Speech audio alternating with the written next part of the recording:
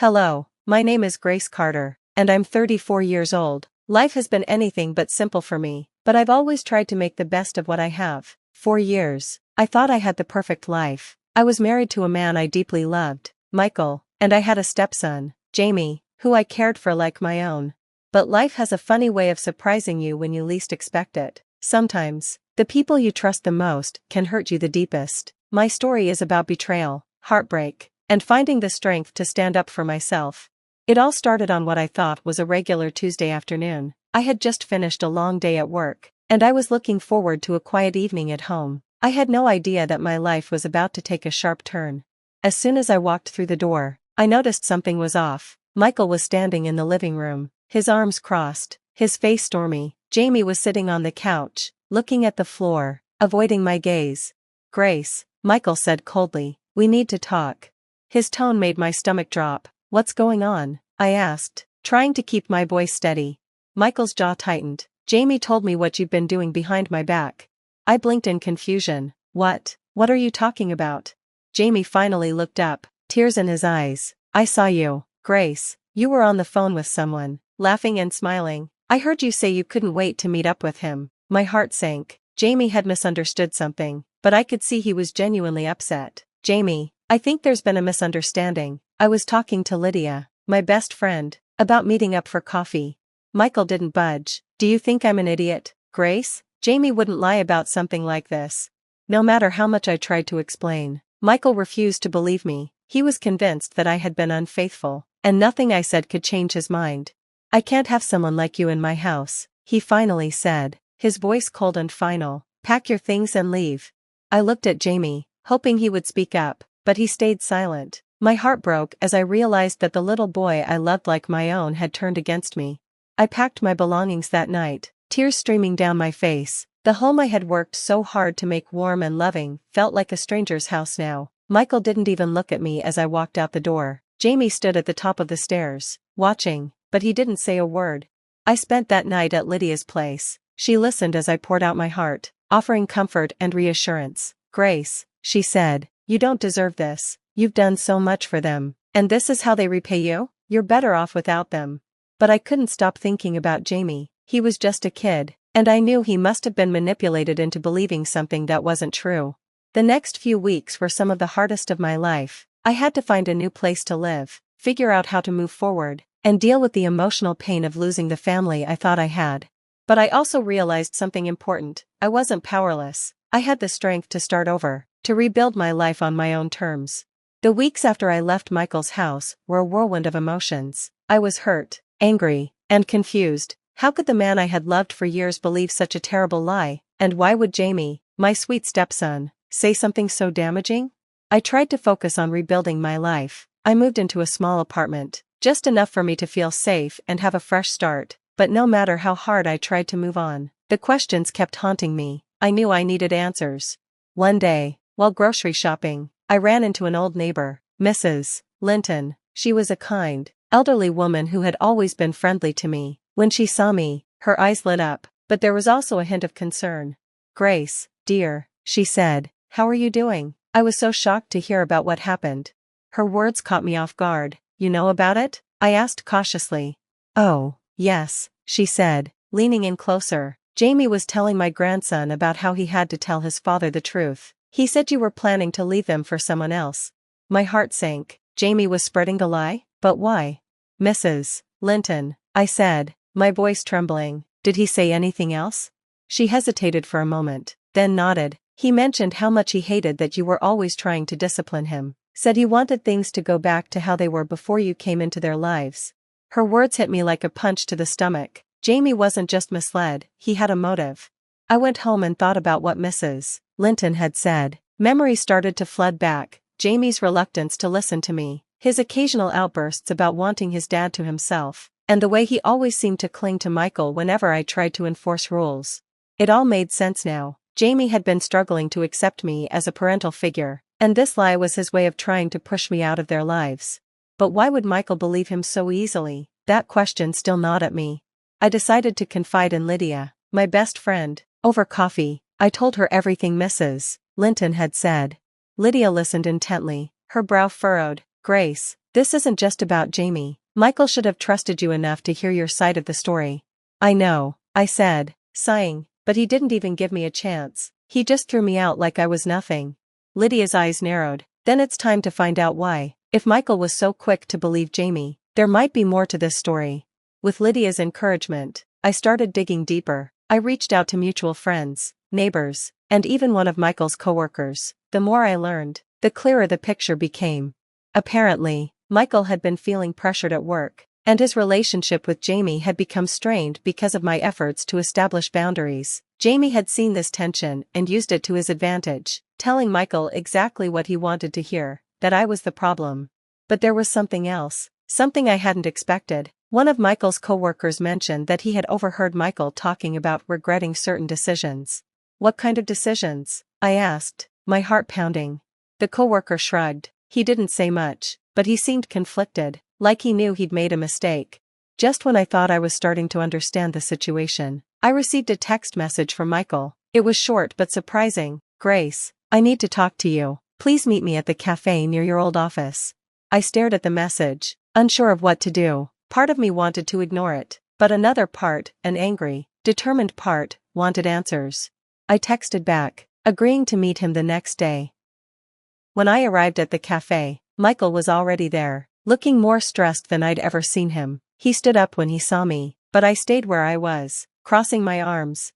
What do you want, Michael? I asked, keeping my voice steady. He looked down at the table, then back up at me. Grace, I think I made a mistake. Oh, you think? I said, unable to hide the bitterness in my tone. You kicked me out without even listening to my side of the story. What do you expect me to say? Michael sighed, running a hand through his hair. I was under a lot of pressure. And Jamie, he seemed so convincing. But now, I'm starting to realize that maybe I was wrong. Hearing his words gave me a small sense of satisfaction, but it wasn't enough. You didn't just make a mistake, Michael, I said firmly. You betrayed me. You chose to believe a child's lie over your wife's honesty. Michael looked genuinely remorseful, but I wasn't ready to forgive him. Not yet.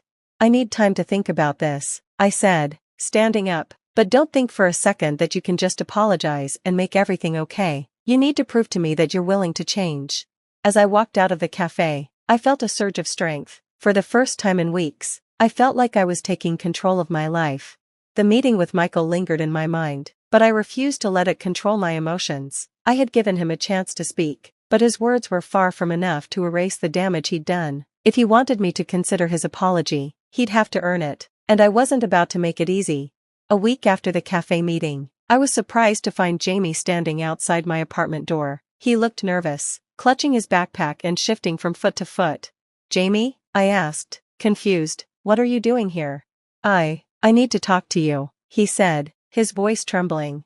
I hesitated, unsure if I was ready to face him, but something about the way he looked, guilty, vulnerable, made me step aside and let him in. As soon as the door closed, Jamie burst into tears. I'm sorry, Grace, he sobbed. I didn't mean for everything to get so bad. I just wanted Dad to spend more time with me. I led Jamie to the couch and sat down beside him, trying to process his words. Jamie, you need to explain. Why did you lie about me? Through his tears, Jamie confessed everything. He admitted that he had felt jealous of the time Michael and I spent together and resented the rules I had set for him. When he realized how much Michael trusted him, he saw an opportunity to get me out of the house. I thought if you were gone, things would go back to the way they were, he said, his voice cracking, but it didn't. Dad's been so angry and sad, and I feel awful. I didn't think it would turn out like this. Hearing Jamie's confession was heartbreaking. I wanted to be angry, but looking at him, all I saw was a child who had made a terrible mistake out of fear and insecurity. Jamie, I said gently, do you understand how much pain you caused? You didn't just hurt me, you hurt your dad, too. Families are supposed to support each other, not tear each other apart. He nodded, tears streaming down his face. I know. I'm so sorry, Grace. I'll do anything to fix it. Please don't hate me. I sighed, my heart heavy. I don't hate you, Jamie, but fixing this won't be easy. You need to tell your dad the truth. The next evening, Jamie asked me to come with him to Michael's house so he could confess. I agreed, though the thought of stepping back into that house made my stomach churn. When we arrived, Michael looked surprised and wary to see me. Before he could say anything, Jamie stepped forward. Dad, I need to tell you something, he said, his voice trembling. I lied about Grace. She didn't do any of the things I said she did. I made it all up because I wanted her to leave. Michael's face went pale. Jamie, what are you talking about? I was jealous, Jamie admitted, tears welling up in his eyes again. I thought if Grace was gone, things would be better, but I was wrong. I'm so sorry, Dad. Michael turned to me, his eyes filled with guilt and shame. Grace, I don't know what to say. I can't believe I let this happen. I'm so sorry for everything. I crossed my arms, keeping my expression neutral. Michael, Jamie's owning up to his mistake, but what about you? You didn't just believe his lie, you acted on it without giving me a chance to explain. Do you have any idea how much that hurt?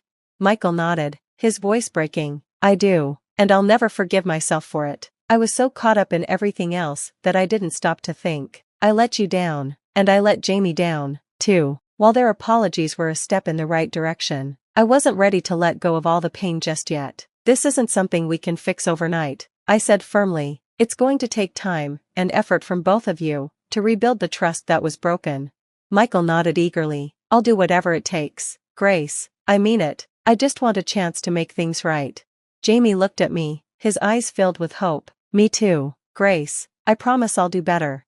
I laid out my conditions clearly. If Michael and Jamie wanted to repair our relationship, they needed to commit to open communication and mutual respect. For Jamie, that meant accepting me as part of the family and following the rules we set together. For Michael, it meant proving that he valued our marriage enough to stand by me, even when things got tough.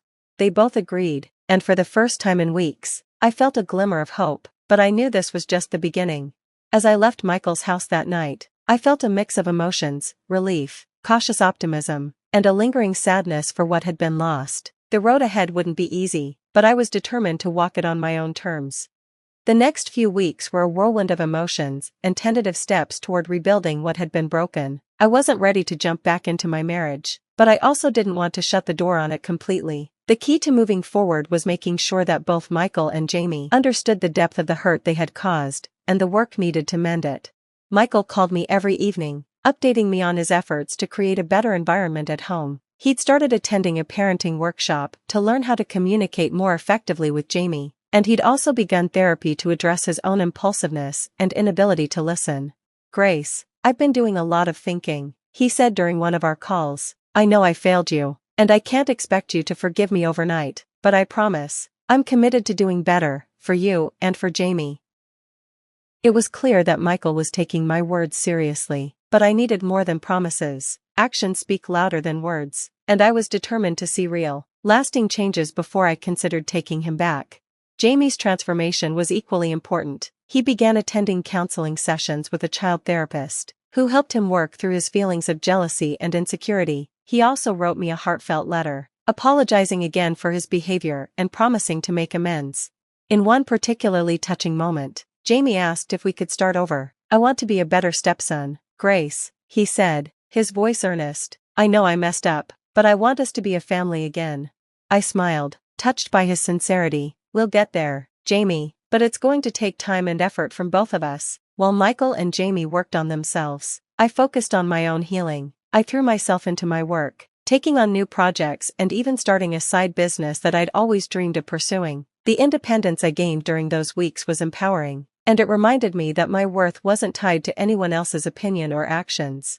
I also reconnected with friends I hadn't seen in years. They reminded me of who I was before the chaos, and their support was invaluable as I navigated this difficult chapter of my life.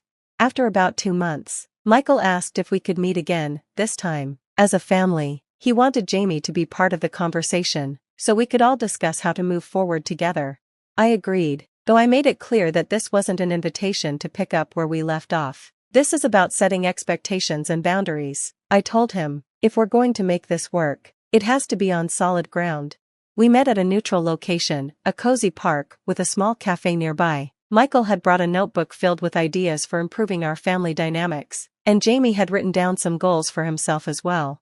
Grace, Michael began, I know I've said this before, but I need to say it again. I'm sorry for everything. I've been working hard to become a better husband and father, and I hope you can see that.